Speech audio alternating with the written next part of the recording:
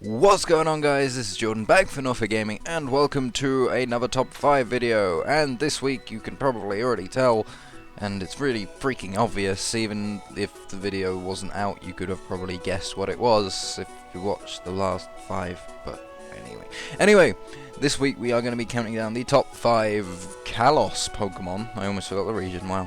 Professionalism. Top 5 Kalos Pokemon that should have a Mega Evolution, or I predict might get one. I don't know. So yeah, as always, these are my opinions, predictions, whatever, so don't judge me. If you have your own opinions, make sure you put them down in the comments below. And again, as well, I'm not really a competitive person, so don't judge me on ability choices and junk like that and such, and you know, because I don't know. I'll be honest, this one was probably the hardest because, I mean, Kalos only added, like, what was it, like 69 Pokemon? So, I mean, it's really, really hard. And to be honest, a lot of them I liked anyway and probably didn't need improvements, but at least I had a wide choice considering there's only Mega Diancie out of all of them. So, anyway, let's get into it. In at number 5, you could have probably guessed this one coming at some point, because I'm so not lazy. I'm not, well, okay. You could probably tell it's coming. This one is right at the bottom because they don't really need it out of all of them. Because at number 5 we have the Kalos starters. I'm always gonna forget the region. Being Chestnut, not Braixen, Delphox. I don't use Delphox, and Greninja. Now, I love all of their typings and such, and I just love them, and the moment I realized that they're all based on, like, classes in, like, medieval games sort of thing, like Chestnut's kind of the warrior, then Delphox is the wizard mage kind of thing, and then, like, Greninja's the thief / like, ninja rogue class thing. And I just love that, and they probably don't need them out of all the starters. They are the ones that probably don't need Mega Evolutions, but oh well, we're gonna do it out of fairness. So anyway, we'll start with Chestnut. Like with all of these, I thought I'll keep it simple, just really just stat boosts, and no type change. I thought just go with the hidden ability for all of them. Well, okay, you'll see in a minute, but I mean, like, bulletproof. I'd never heard of that ability before. I mean, only Chestnut, Chespin, and whatever, Quilladin, that's the one, can get it. But it's actually a really awesome ability. I have a list of all the moves, but pretty much what it does, it protects the Pokemon from ball and bomb moves, which pretty much means there's so many moves like Aura Sphere, Bullet Seed, Egg Bomb, Electro Ball, Energy Ball, Focus Blast, Ice Ball, Mud Bomb, Octazooka, Rock Wrecker, Searing Shot, Seed Bomb, Shadow Bomb, Sludge Bomb, Weather Ball, Zap Cannon. All those moves can't hit. Yes, they can't hit. That is insane. That's OP. And I mean, like, you can just tell that a Mega Chestnut would just boost everything and be more tanky than it already is and everything, so, you know. But moving on to Delphox, this is what I'm on about, because you can't, it's kind of like the most pointless Mega in the world if Delphox just had its hidden ability, which is Magician, if you don't know, which pretty much means it's if you hit the opponent, I think, or they hit you, I can't remember which, I haven't used it personally, but you get their held item, so it's pretty much Thief as an ability, but obviously if it's going to have a Mega Evolution, it's already going to have a Mega Stone, and that ability is going to be pointless. So what other abilities could it possibly have that's still keeping with the magician-y kind of thing? So, Magic Guard, which is actually pretty good, so it can't get hurt by things like Burn and Toxic and stuff like that. It can be toxic, but it won't get hurt from it, so that's pretty damn awesome. You can kind of imagine, like, Delphox putting up this, like, magical aura sphere kind of thing. So, you know. Anyway, we'll just get through it, because these ones are the easy ones. Because I mean, like look at Greninja. It's easy. You just make it more powerful, because Protean's just brilliant anyway. So I don't really need to say much more about that. That's what's at number 5 this week. In at number 4 is a Pokemon. But no, it doesn't have a unique typing. I thought it did. I honestly thought it did, but it doesn't. Because there's Corsola. But, you know. But anyway, at number 4 we have Barbaracle. I can never say that properly. But, I really like this because it's weird. I thought it was stupid at first, but you know, it grows on you. And I mean, it's the only Pokemon, well, apart from Barbaracle as well, but, it's the only Pokemon that, that isn't a Mega Pokemon that has Tough Claws as an ability. So I mean, there you go. That's just straight up. So when it Mega Evolves, I couldn't really find many designs on the internet. Like this one, you'll see it kind of makes it seem more of a Psychic type, but I couldn't see them changing his type because it just fits, and he doesn't get any Psychic type moves anyway. That I know, probably like Calm Mind. That's probably about it. Oh no, it doesn't even get Calm Mind. I'm looking right now. Oh, it gets Rest. There you go. Rest boost. So I was debating. It was really weird, but you could just imagine this thing being overpowered. I don't know why. I just can. And what I was thinking, either Sap Sipper, so it loses its weakness to Grass, because it's quadfective weakness. It's got a quadfective weakness to Grass. I mean, it wouldn't be as OP as if they gave it to Mega Swampert, because Grass is Swampert's only weakness, because it would still be weak to Electric, Fighting, and Ground. So yeah, but I did decide in the end to go with Simple, because that would be ridiculous, because it gets Shell Smash, and Simple, what it does is it doubles the stat boosts of any stat boosting moves. So if you use Dragon Dance, instead of +1 to your attack and speed, it's +2, and that's just ridiculous. I mean, you wouldn't be able to give it a White Herb to get rid of the stat drops, but you just Shell Smash, you'd be at +4 speed, attack, and special attack. So everyone's pretty much screwed. So yeah, no. Anyway, that is what is at number 4 this week.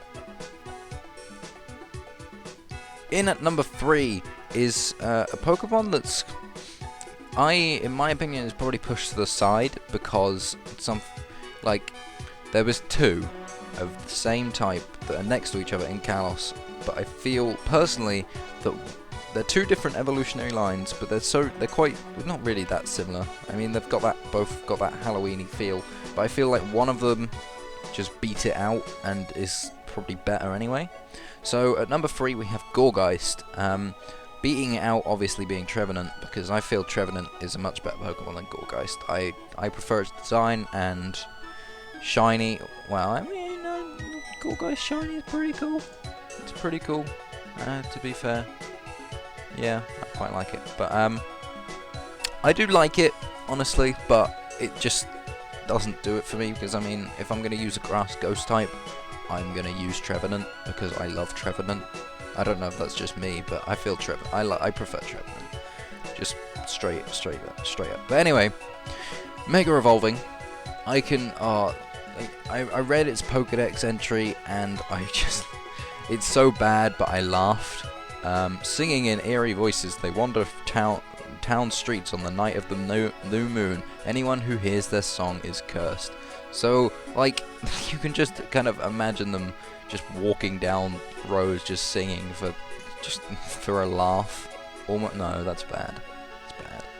But that kind of thing, you can imagine it being quite childish, almost.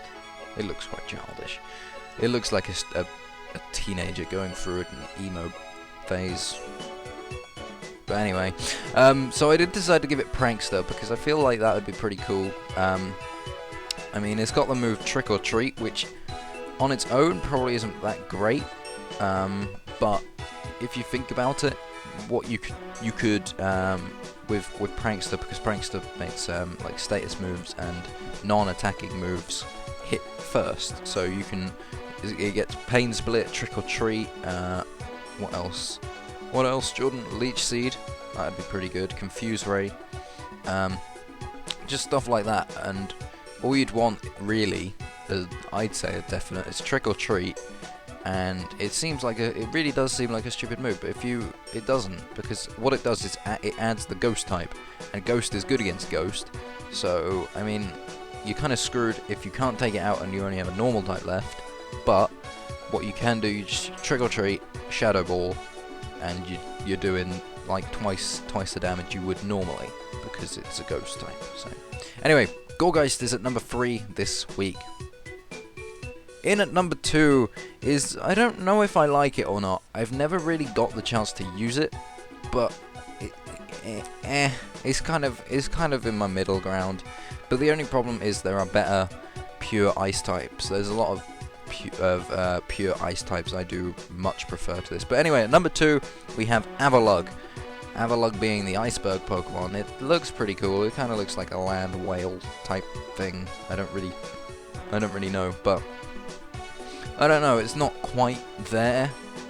Personally, I do probably prefer Bergmite, just like design and stuff, but I don't know. I do like Avalugg a bit, but it's not there. And there's probably better pure ice types that I'd rather use. So when it Mega Evolves, I don't see it really changing type at all, because I don't see a point to it changing type.